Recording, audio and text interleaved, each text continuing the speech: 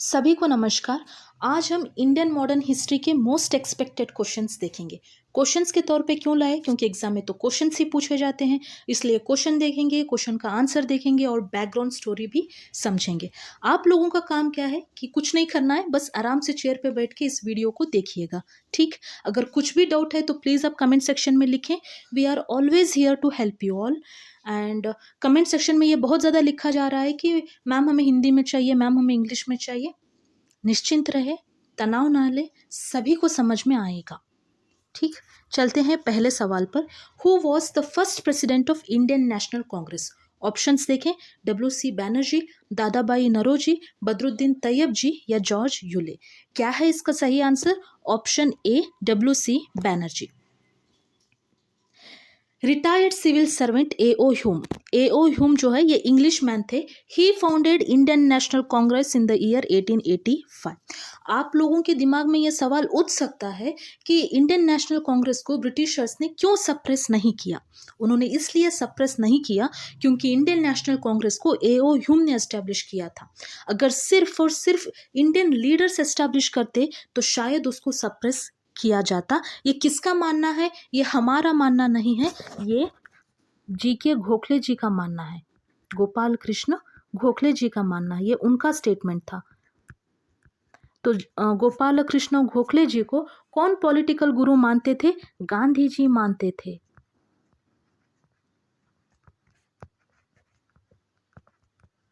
ठीक है, okay. First session के प्रेसिडेंट कौन थे? कितने लोग अटेंड किए? कहाँ हुआ था? ये सब चीज़ आपको याद रखना ज़रूरी है क्योंकि वो first session of Indian national Congress है। इसीलिए हमने यहाँ इंक्लूड किया है कि the first session of Indian national Congress at Gokuldas Tejpal Sanskrit college Bombay में हुआ है। कितने लोग अटेंड किए थे? 72 delegates attended. And who presided? किसने प्रिसाइड किया? WC बैनर्जी ने प्रिसाइड किया था। चलते हैं दूसरे सवाल पर। Which of the following pair is और आर करेक्टली मैच्ड? देखें यहाँ पे ईयर दिया है, प्लेस दिया है, प्रेसिडेंट दिया है। यूजुअली स्टेट PCS UPSC के ट्रेंड लाइन या पैटर्न को फॉलो करने की कोशिश करते हैं। UPSC में भी देखा गया है कि 4 से 5 क्वेश्चन तो ऐसे 3 सेक्शन वाइज पूछा जा रहा है। इसीलिए हमने भी एक क्वेश्चन ऐसे रखा है, क्या पता 71st BPSC में ऐसा एक क्वेश्चन वो दे दें, है ना। तो देखें 1885 में बॉम्बे में हुआ था। क्या WC बैनर्जी प्रेसिडेंट थे? क्या सारी चीज़ें पता होना चाहिए, ईयर भी पता होना चाहिए, प्लेस भी पता होना चाहिए, प्रेसिडेंट कौन थे ये भी पता होना चाहिए। 1887 में मद्रास में हुआ था। क्या बदरुद्दीन तैयब जी इसके प्रेसिडेंट थे? क्या 1888 में इलाहाबाद में हुआ था? क्या प्रेसिडेंट जॉर्ज यूले थे? क्या 1 pair is correct, 2 are correct, 3 are correct या ऑल ऑफ द अबव? अभी के लिए हमने सारे सही दिए हैं, just to give you lot of information. Option 4 all of the above are right. क्या ये सारे सेशंस याद रखना जरूरी है? क्या देखिए, इंडियन नेशनल कांग्रेस के सारे सेशंस याद रखने की जरूरत नहीं है, लेकिन मोस्ट इंपॉर्टेंट जो सेशंस होते हैं एटलीस्ट वो तो याद रखना ही पड़ेगा। अब कौन से इंपॉर्टेंट है ये धीरे धीरे आपको वीडियो में समझ में आएगा। ठीक है, अभी ये चारों इंपॉर्टेंट है। क्यों इंपॉर्टेंट है? 1885 बॉम्बे में हुआ, WC बैनर्जी, ये इंपॉर्टेंट इसलिए है क्योंकि ये फर्स्ट सेशन था। 1886 कोलकाता में हुआ, दादाबाई नौरोजी प्रेसिडेंट थे। A for Apple, B for ball, B के बाद कौन सा लेटर आता है? C। तो पहला सेशन बॉम्बे में हुआ, दूसरा सेशन कोलकाता में हुआ। ये MA कैसे याद रखेंगे? Master of arts, MA Madras Allahabad. Third session Madras में हुआ, फोर्थ सेशन इलाहाबाद में हुआ। BCMA बॉम्बे, कोलकाता, मद्रास, इलाहाबाद। ठीक, 1887 में मद्रास में हुआ, प्रेसिडेंट कौन थे? बदरुद्दीन तैयब जी थे। क्या ये याद रखना ज़रूरी है? बिल्कुल ज़रूरी है क्योंकि he was the first Muslim leader to be the president of Indian national Congress. अगर कुछ भी फर्स्ट हो रहा है तो याद रखना बहुत ज़रूरी है। 1888 में इलाहाबाद में हुआ, जॉर्ज यूले प्रेसिडेंट थे। क्या ये याद रखना ज़रूरी है? बिल्कुल, क्योंकि ये फर्स्ट इंग्लिश मैन है to be the president of Indian national Congress. देखिए, एक ही क्वेश्चन में हमें 4 सेशंस तो अभी याद हो गए, और एक इंपॉर्टेंट सेशन है वो है 1896 का। 1896 में रहमतुल्लाह सयानी प्रेसिडेंटशिप थे, प्रेसिडेंट रहे। तो वो क्यों इंपॉर्टेंट है? Because he was the second Muslim leader to be the president of Indian national Congress. यहाँ पे लिखा हुआ है आप लोगों के लिए, first Muslim president is Badruddin Tayyab ji, first English president is George Yule, second Muslim president is Rahmatullah Sayani in the year 1896। आप लोगों का काम क्या है कि आप लोग कमेंट सेक्शन में लिखेंगे कि ये 1896 जब रहमतुल्लाह सयानी प्रेसिडेंट लीडरशिप निभा रहे थे, कौन से प्लेस में हुआ? कमेंट सेक्शन में प्लेस लिखे, ठीक है। Third question, when was the partition of Bengal announced? 19th July 1905, 7th August 1905, 16th October 1905 या नन? बैकग्राउंड स्टोरी समझेंगे पहले। 1889 से लेके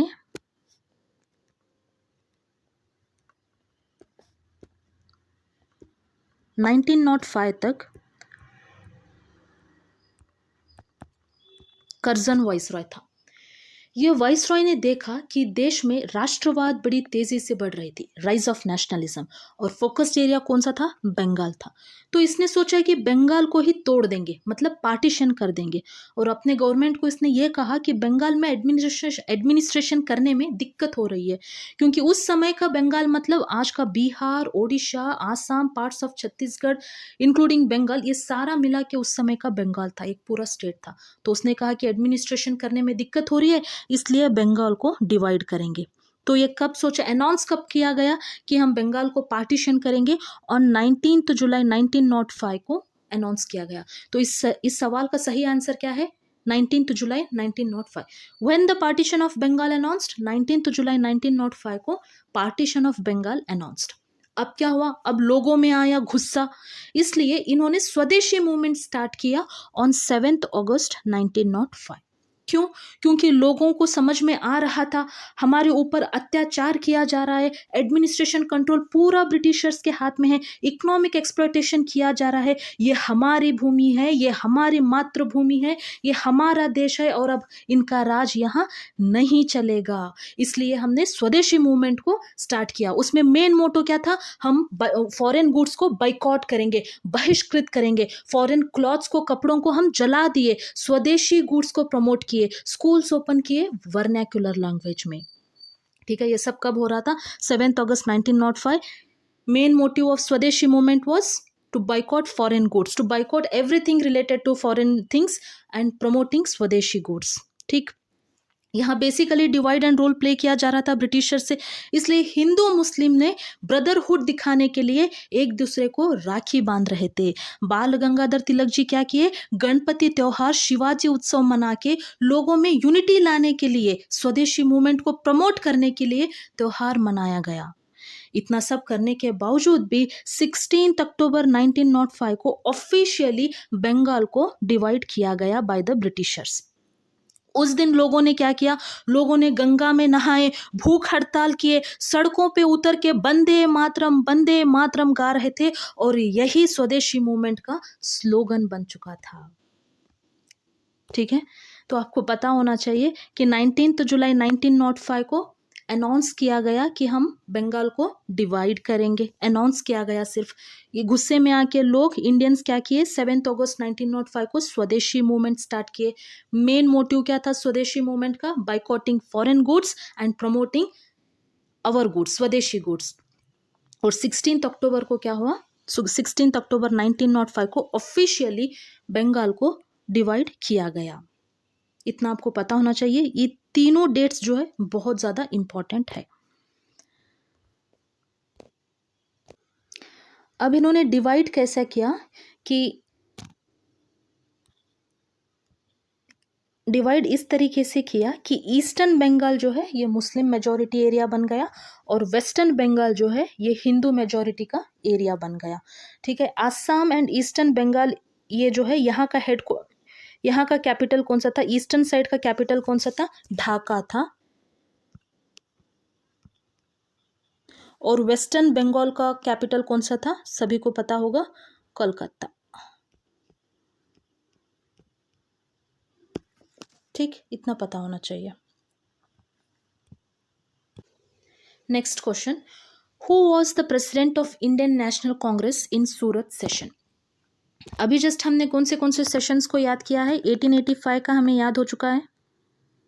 कहाँ हुआ था? बॉम्बे में हुआ था। प्रेसिडेंट कौन थे? WC बैनर्जी। 1886 में कहाँ हुआ था? बी के बाद सी लेटर आता है, कोलकाता में हुआ था। दादा भाई नौरोजी प्रेसिडेंट थे। 1887 में मद्रास में हुआ, बदरुद्दीन तैयब जी प्रेसिडेंट थे, and Badruddin Tayyab ji was the first Muslim leader to be the president of Indian national Congress, हमने ये देखा। फिर 1888 में इलाहाबाद में हुआ, जॉर्ज यूले प्रेसिडेंट थे, he was the first English man to be the president of Indian national Congress. फिर हमने कौन सा देखा, 1896 देखा, रहमतुल्लाह सयानी जी प्रेसिडेंट थे 1896 में। प्लेस आप लोग बताएंगे। अभी आपको कौन सा याद रखना ज़रूरी है, 1905 याद रखना ज़रूरी है, 1906 याद रखना ज़रूरी है, 1907 याद रखना ज़रूरी है। ध्यान से सुने, 1905 में बनारस में हुआ था सेशन, और उस टाइम में कौन प्रेसिडेंट थे, गोखले जी प्रेसिडेंट थे। एक्सट्रीमिस्ट और मॉडरेट्स के जो विचार थे वो नहीं मिल रहे थे। एक्सट्रीमिस्ट चाहते थे कि जो ये स्वदेशी मूवमेंट जो है ये हम स्प्रेड करेंगे even outside India, but moderates ने अपोज किया। ठीक है, ये 1905 का माइंड स्टेट ऑफ माइंड था मॉडरेट्स और एक्सट्रीमिस्ट का। बनारस में हुआ था, गोखले जी प्रेसिडेंट थे। 1906 में दादाबाई नौरोजी प्रेसिडेंट थे। 1886 में भी दादाबाई नौरोजी प्रेसिडेंट थे, 1906 में भी दादाबाई नौरोजी प्रेसिडेंट थे। ऐसे आपको कनेक्ट करना पड़ेगा, क्योंकि कितना आप बाय हार्ट करेंगे आपको पता होना चाहिए ना कि 1886 फिर 10 साल बाद 1906 में फिर से दादाबाई नौरोजी प्रेसिडेंट रहे। कलकत्ता में सेशन हुआ, तब भी कलकत्ता में ही हुआ था, अब भी कलकत्ता में ही हुआ है। एक्सट्रीमिस्ट का कहना था कि तिलक या लाला लाजपत राय प्रेसिडेंट बने, लेकिन मॉडरेट्स चाहते थे कि दादाबाई नौरोजी प्रेसिडेंट बने। ठीक है, फिर से स्टेट ऑफ माइंड, मतलब there is a conflict between both the क्या कहते हैं, दोनों के बीच में फिर से कॉन्फ्लिक्ट आ गई। 1907 सूरत सेशन, सूरत में हुआ है। इस समय प्रेसिडेंट कौन थे, रश बिहारी घोष।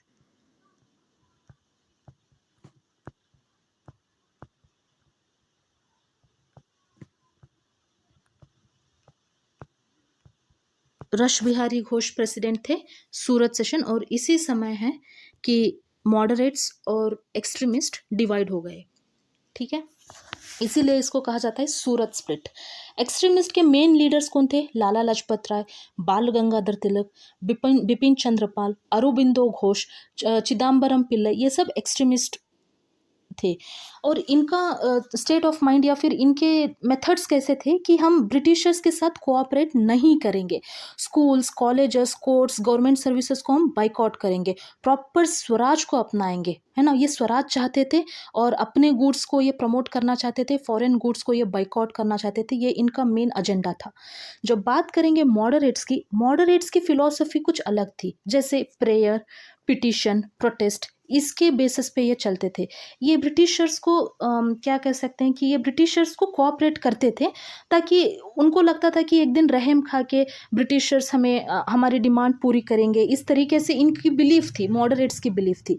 तो इनके सोच विचार एकदम अलग थे, एक ज़मीन तो एक आसमान, ऐसे आइडियोलॉजीज़ नहीं मिलते थे। इसलिए सूरत में स्प्लिट हो गया। ठीक, हाँ, ये सवाल का जवाब क्या है, who was the president of Indian national Congress in Surat session, Gokhale, Dadabhai Naoroji, Rash Behari Ghosh या फिर तिलक। सही आंसर है रश बिहारी घोष, ऑप्शन सी।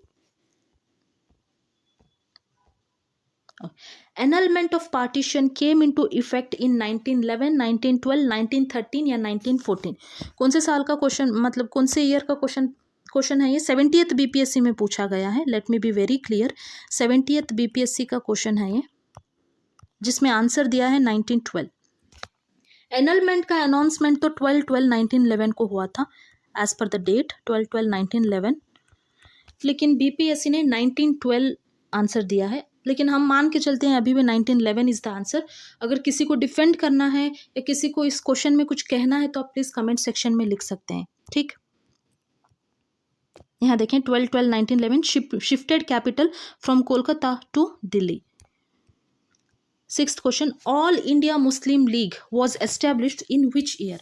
1905, 1906, 1907 या 1908? इसका सही आंसर क्या है?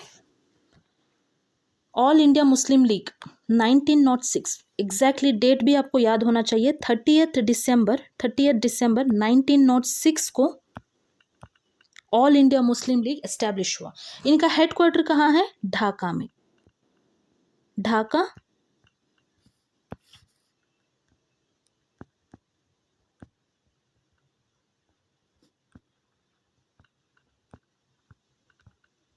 बांग्लादेश में, ठीक। और फाउंडर्स कौन थे वो आगे देखेंगे, अभी आप इतना याद रखें, All India Muslim League was established on 30 December 1906। Please date याद रखें, आजकल डेट्स के ऊपर बहुत ज़्यादा सवाल पूछा जा रहा है, बहुत ज़्यादा फोकस एरिया है बीपीएससी में, इसलिए डेट्स को याद रखें। 30 दिसंबर 1906 को ऑल इंडिया मुस्लिम लीग को एस्टैब्लिश किया गया। इसका हेडक्वार्टर कहाँ है, ढाका बांग्लादेश। लेकिन इसकी पहली मीटिंग कहाँ हुई, सॉरी, इसका हेडक्वार्टर लखनऊ है, इसका हेडक्वार्टर लखनऊ है, सॉरी, इसका हेडक्वार्टर लखनऊ है। और वेन्यू ऑफ मीटिंग, ये पहली मीटिंग कहाँ हुई, ढाका बांग्लादेश में। I am really sorry, luck, all India Muslim league को एक लक चाहिए था, इसलिए इसका हेडक्वार्टर लखनऊ में बना दिया। और फर्स्ट मीटिंग कहाँ हुई, ढाका बांग्लादेश में हुई। I am really sorry. 30 December 1906 को All India Muslim league establish किया गया। हेडक्वार्टर कहाँ था, लखनऊ में था। लेकिन फर्स्ट मीटिंग कहाँ हुई, ढाका में हुई, बांग्लादेश में हुई है। ओके,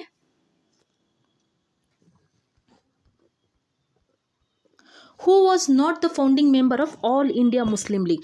अच्छा, 30 दिसंबर 1906 को एस्टैब्लिश तो किया गया, लेकिन इसके फाउंडर्स कौन कौन थे, आगा खान, नवाब सलीमुल्लाह खान, नवाब मुहिन उल मुल्क, नवाब सलीउल्लाह खान, ये लोग जो थे फाउंडर्स थे। क्या मोहम्मद अली जिन्ना फाउंडर थे क्या ऑल इंडिया मुस्लिम लीग के, नहीं, बिल्कुल नहीं। मोहम्मद अली जिन्ना मुस्लिम्स के लिए बहुत सारी चीज़ें किए हैं, पाकिस्तान के लिए, तो हमें लगता है कि ऑल इंडिया मुस्लिम लीग के फाउंडर ये भी थे, नहीं। मोहम्मद अली जिन्ना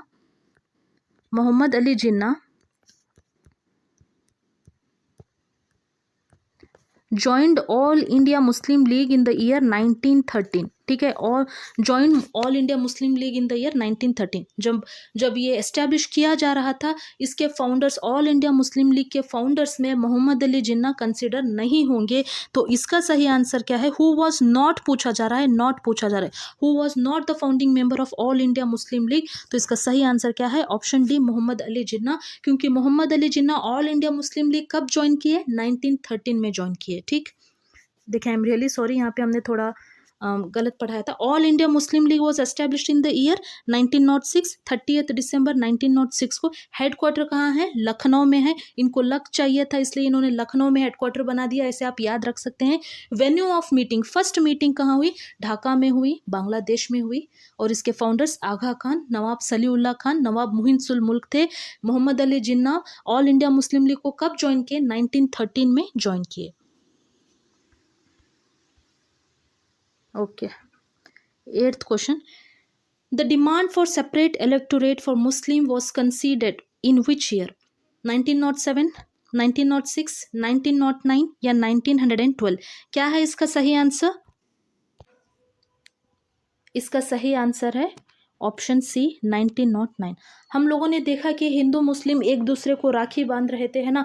यही एकता को ब्रेक करने के लिए, खंडित करने के लिए सेपरेट मुस्लिम इलेक्टोरेट लाया गया by Morley Minto reform in the year 1909। ये पता होना चाहिए। देखिए, in 1909 Morley Minto reform granted separate electorate to Muslims.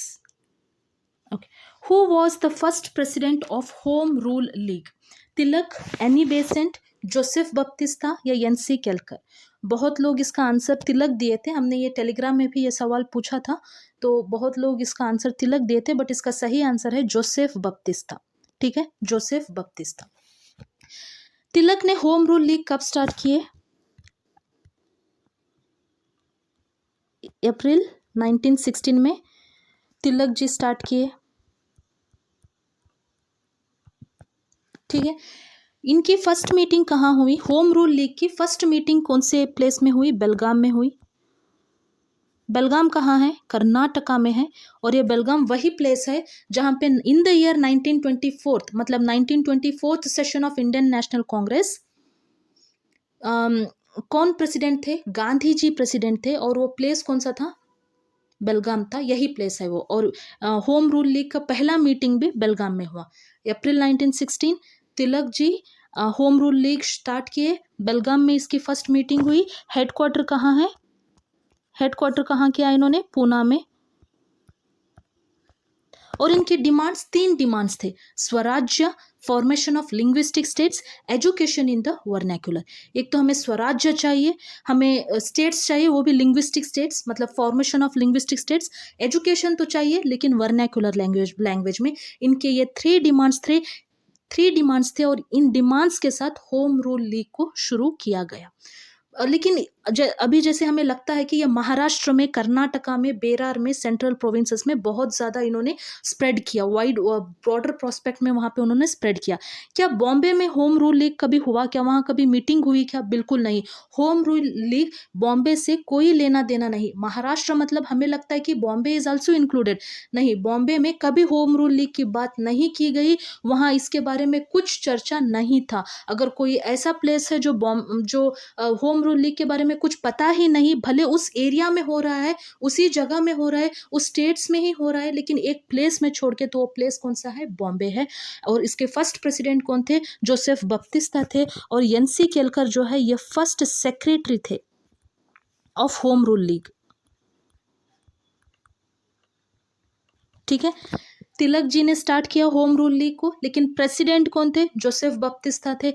ये एनसी केलकर कौन थे? ये फर्स्ट सेक्रेटरी थे। अब एनी बेसेंट जो है, इन्होंने सितंबर 1916 में मद्रास में होम रूल लीग को शुरू किया। ठीक है, तिलक जी का होम रूल लीग महाराष्ट्र और कर्नाटक में ज़्यादा वाइड स्प्रेड किया गया, वहाँ पे स्प्रेड किया गया। और एनी बेसेंट जो है मद्रास के तरफ, इन्होंने यहाँ पे होम रूल लीग को स्टार्ट किया। ये आपको पता होना चाहिए। और इनके डिमांड्स क्या क्या थे? स्वराज्य, formation of linguistic states, education in the vernacular, ये इनके डिमांड्स थे। फर्स्ट मीटिंग कहाँ किया गया? कहाँ किए तिलक जी? बेलगाम में किए। बेलगाम कहाँ है? कर्नाटका में है। हेडक्वार्टर्स कौन सा था? तिलक के होम रूल लीग का हेडक्वार्टर कौन सा था? पूना था। ये आपको याद होना चाहिए। अगर ऐसा प्लेस जहाँ पे होम रूल लीग के बारे में बात ही नहीं किया गया, तो वो कौन सा प्लेस है? बॉम्बे वो प्लेस है, Mumbai. Okay, first president Joseph Baptista, secretary NC Kelkar, हमने यहाँ पे लिखा हुआ है। 10th question, first meeting of Home Rule League was held at which place by Tilak? Poona, Belgaum, Bombay, Patna. अभी जस्ट 9th क्वेश्चन में हमने पूरा बैकग्राउंड स्टोरी हमने देख लिया है ना। अभी वही क्वेश्चन है यहाँ पे। पहला meeting of Home Rule League was held at which place by Tilak? Poona, Belgaum, Bombay या पटना? कहाँ पे? बेलगाम में फर्स्ट मीटिंग हुई। बेलगाम में फर्स्ट मीटिंग हुई।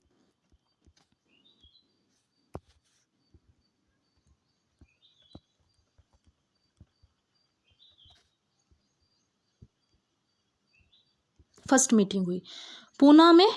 पूना हेडक्वार्टर बना, होम रूल लीग का हेडक्वार्टर बना Poona.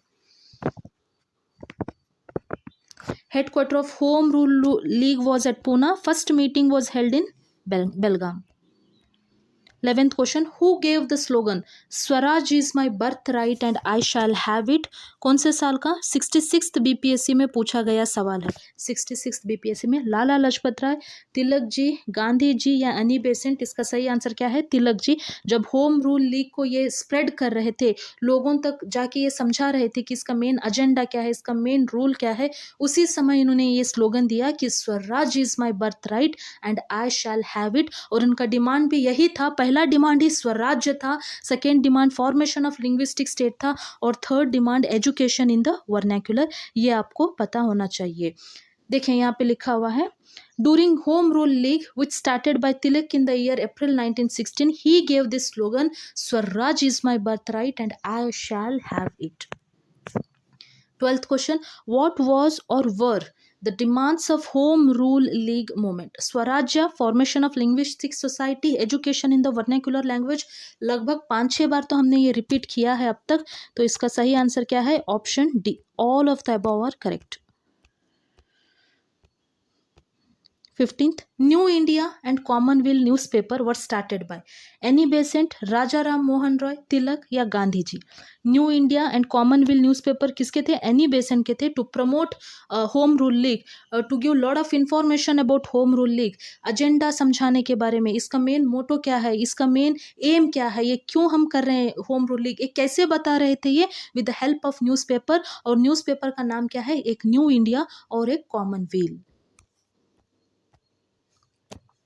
See, the newspaper New India and Commonweal were both started by Annie Besant. She used them to promote the idea of home rule league. बिल्कुल idea बताने के लिए कि home Rule league किस चीज के लिए है, and to advocate for the Indian independence she used the help of newspaper. और newspaper कौन से थे? New India and Commonweal. 14th question, who did not participate in the home rule league movement? Anglo-Indian, Muslim, non-Brahmins या all of the above? कौन participate नहीं किए Home Rule League में? All of the above. देखें, बड़े बड़े national leaders like Motilal Nehru, Jawaharlal Nehru, Bhulabhai Desai, Chittaranjan Das, K M. Munshi, Saifuddin Kitchlew, Madan Mohan Malaviya, Mohammad Ali Jinnah, यहाँ तक कि मोहम्मद अली जिन्ना भी होम रूल लीग को सपोर्ट किए थे. ओके, तो आपको पता होना चाहिए कि ये मोस्ट इंपॉर्टेंट इंडियन लीडर्स जो है होम रूल लीग के लिए सपोर्ट किए थे. लेकिन अगर किसी ने सपोर्ट नहीं किया था तो वो कौन लोग थे? एक तो एंग्लो इंडियंस ने सपोर्ट नहीं किया, मुस्लिम्स सपोर्ट नहीं किए और नॉन ब्राह्मिन्स भी सपोर्ट नहीं किए, क्योंकि उनको लगता था होम रूल लीग मतलब हिंदू मेजॉरिटी, वो भी हाई कास्ट लोगों का ही कुछ ये है, ऐसे वो लोग समझते थे. ठीक, तो Anglo Indian, Muslims, non Brahmins did not participate in the home rule league. So option D, all of the above is the right answer. 15th, the moderates and extremists in the Congress were united in which year? 1907 में तो सूरत split हो चुका था.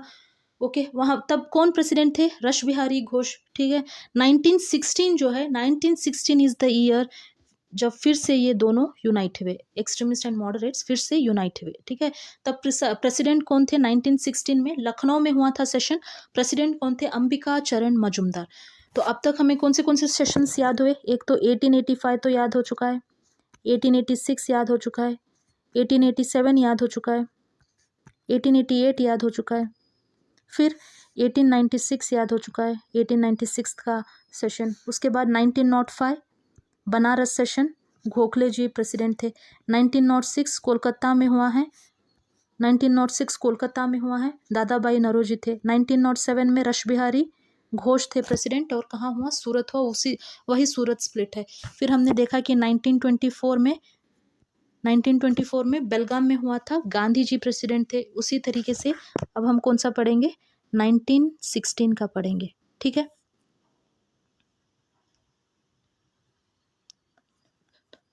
Totally 10 sessions को हमने आज याद किया है. 15 क्वेश्चंस में ही हमने 10 सेशंस को याद किया है. तो ठीक है, लखनऊ सेशन में प्रेसिडेंट कौन थे? अंबिका चरण मजुमदार थे. Finally readmission of extremist by the Tilak. तो फैक्टर्स क्या थे, रीजंस क्या थे, ये फिर से क्यों यूनाइट हुए? क्योंकि ओल्ड कॉन्ट्रोवर्सीज वर मीनिंगलेस. पहले के जो भी कॉन्ट्रोवर्सीज थे, जो भी इनका मैच नहीं हो रहा था, थॉट्स मैच नहीं हो रहे थे, अभी वो मीनिंगलेस हो चुके थे. इनको पता चल गया था कि ये डिवाइड एंड रूल पॉलिसी थी ब्रिटिशर्स की. ठीक है, both moderates and extremist realise the split had led to the political inactivity. Politically totally inactivate हो चुके थे इंडियंस, ये समझ में आ गया था अब तक इनको. और एनी बेसेंट तिलक जी का बहुत ज़्यादा रिगोरस एफर्ट्स थे इसमें रीयूनियन करने के लिए. और द डेथ ऑफ 2 मॉडरेट्स, एक तो गोखले जी और एक फिरोज शाह मेहता, इनकी डेथ हो चुकी थी. तो इन्हीं सब चीज़ों की वजह से फिर से यूनाइट हो गए extremist and moderates in the year 1916. कौन से सेशन में? लखनऊ सेशन में. प्रेसिडेंट कौन थे? Ambika Charan Majumdar. 16th question, Mahatma Gandhi return to India from South Africa in which year? 1915, 1916, 1917 या 1918? क्या है इसका सही आंसर? ऑप्शन ए 1915. ठीक है, 9 जनवरी 1915. आपको डेट भी याद रखना पड़ेगा, 9 जनवरी 1915. क्यों? क्योंकि 9 जनवरी को हम प्रवासी भारतीय दिवस सेलिब्रेट करते हैं. जनवरी मंथ करंट अफेयर्स हमने कवर किया है, उसका वीडियो हमने अपलोड किया है. अगर किसी ने नहीं देखा है तो आप प्लीज़ जाके देखें. वहाँ पे हमने प्रवासी भारतीय दिवस, इस साल का थीम क्या है आप लोग बताएंगे, उस वीडियो में हमने कवर किया है. पता है तो आप प्लीज़ कमेंट सेक्शन में लिखें कि इस साल का प्रवासी भारतीय दिवस का थीम क्या है. 9 जनवरी को सेलिब्रेट किया जाता है. ठीक है, Mahatma Gandhi ji return to India from South Africa in the year 1915. 17th question, which satyagraha is called first civil disobedience movement? Champaran satyagraha, Ahmedabad satyagraha, Kheda satyagraha या नन? 66 बीपीएससी का क्वेश्चन है, यहाँ पे हमने लिखा हुआ है। जब हम बिहार मॉडर्न हिस्ट्री के क्वेश्चंस करेंगे तो वहाँ इन डिटेल हम एक्सप्लेन करेंगे चंपारण सत्याग्रह के बारे में। अभी जस्ट ऊपर ऊपर देखेंगे कि इसका सही आंसर है वैसे तो Champaran satyagraha. Which satyagraha is called the first civil disobedience movement, तो इसका सही आंसर क्या है? Champaran satyagraha. Indian farmers had to grow indigo in 320th part of his land called tinkathia system, है ना। तो Gandhi ji was requested by Rajkumar Shukla ji, Gandhi ji को रिक्वेस्ट किए कि प्लीज आप बिहार आइए और overall 25% of the money should be taken, should B compensated. ये एक फाइनली कंक्लूजन निकला वहां से। तो ओवरऑल अभी अभी फिलहाल के लिए आप देखिए कि which satyagraha is called the first civil disobedience movement, इसका सही आंसर क्या है? चंपारण सत्याग्रह। ठीक है। 18th question, in which movement Mahatma Gandhi used hunger strike as a tool of protest for the first time? Champaran satyagraha, Ahmedabad satyagraha, Kheda satyagraha या नन? पढ़ा रहे हैं तो नन ऑप्शन नहीं रहेगा। चंपारण सत्याग्रह नहीं, क्योंकि चंपारण सत्याग्रह को फर्स्ट सिविल डिसोबीडियंस कहा जाता है। जो फर्स्ट हंगर स्ट्राइक किसको, कौन से स्ट्राइक को कहते हैं? Ahmedabad mill strike. ठीक है। यहाँ क्या हुआ था? Cotton mill owner versus workers. ठीक है। वर्कर्स चाहते थे कि 50% ऑफ देयर वेजेस वो डिमांड कर रहे थे, लेकिन मिल ओनर कहता था कि नहीं 20% ही मिलेगा। तो जैसे यहाँ राजकुमार शुक्ला जी जैसे चंपारण सत्याग्रह में गांधी जी को बुलाए थे, वैसे ही अनुसुईया साराबाई गांधी जी को गुजरात बुलाए। ठीक है। The workers took help of Anusuiya Sarabhai, और अनुसुईया साराबाई गांधी जी को बुलाए और गांधी जी से 35% of their wages should be given. ये फाइनली उसमें कंक्लूजन हुआ। देखिए, the Ahmedabad mill strike is considered the first instance of Mahatma Gandhi using hunger strike as a tool of protest. भूख हड़ताल किए थे। He support the striking mill owners who were demanding 35% of the wages. नहीं, 50% of their wages वो मांग रहे थे, 20% of the wages वहाँ का ओनर बोल रहा था। Gandhi ji 35% of the wage hike करने के लिए सोल्यूशन दिए।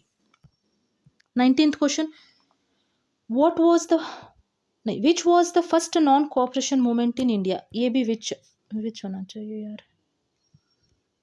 विच was the first non cooperation movement in India? Champaran satyagraha, Ahmedabad satyagraha, Kheda satyagraha या नन? अभी जस्ट हमने देखा Champaran satyagraha is called first civil disobedience, Ahmedabad satyagraha is called first hunger strike.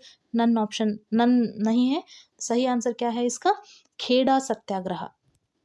Kheda ये भी गुजरात में ही हुआ है। ठीक। The first non cooperation movement in India was Kheda Satyagraha of 1918 led by Mahatma Gandhi. This movement primarily focused on farmers issue, farmers के issue के बारे में focus किया गया, involved non-violent resistance and refusal to pay taxes. 20th question, which act is also known as Black Act? या फिर Rowlatt act, regulating act, Indian council act या फिर नन? इसका सही आंसर है रॉलेट एक्ट। ठीक है। देखिए, two bills were introduced in the imperial legislative council. एक तो ड्रॉप हो गया, अच्छा हुआ ड्रॉप हो गया, और एक अनार्कियल एंड रेवोल्यूशनरी क्राइम एक्ट था, उसी को हम क्या कहते हैं? रॉलेट एक्ट कहते हैं। ठीक है। ये किसने रेकमेंड किया था ऐसा एक्ट? सर सिडनी रॉलेट ने ये रेकमेंड किया था। इसमें क्या करते थे कि government can imprison any person without trial and conviction, किसी को भी जेल में डाल देना विदाउट ट्रायल एंड कन्विक्शन, ये था इसका एक्ट का मतलब ये था। तो गांधी जी को गुस्सा आया, Gandhi ji organised first mass strike in India against Rowlatt Act called Black Act. इसलिए इसको ब्लैक एक्ट कहते हैं। ठीक है। The Rowlatt Act, also officially known as anarchical and revolutionary crime act, is commonly referred as black act। आपको पता होना चाहिए रॉलेट एक्ट को ही ब्लैक एक्ट कहा जाता है। ठीक है। This act passed in 1919 by the British government in India. कब पास किया गया था? 1919 में ये पास किया गया था by the Britishers, and gave the britisher police and government extensive power. Police लोगों को, गवर्नमेंट को इतना पावर दिए कि किसी को भी ये डिटेन कर सकते हैं without trial, specially those suspected of sedition and revolutionary activities. देश को आज़ाद करने के लिए रेवोल्यूशनरी एक्टिविटीज इंडियंस करते थे तो उनको जेल में डालना विदाउट ट्रायल एंड कन्विक्शन, ये इनका मेन एजेंडा था, मेन ये था। इसीलिए रॉलेट एक्ट को ब्लैक एक्ट कहा जाता है। ठीक। 34 मिनट्स हो चुके। 21st क्वेश्चन नेक्स्ट वीडियो में देखेंगे। ठीक है। अगर कुछ भी डाउट है तो प्लीज़ कमेंट सेक्शन में लिखें, we are here to help you all. और नेक्स्ट वीडियो तक स्टे ट्यून्ड।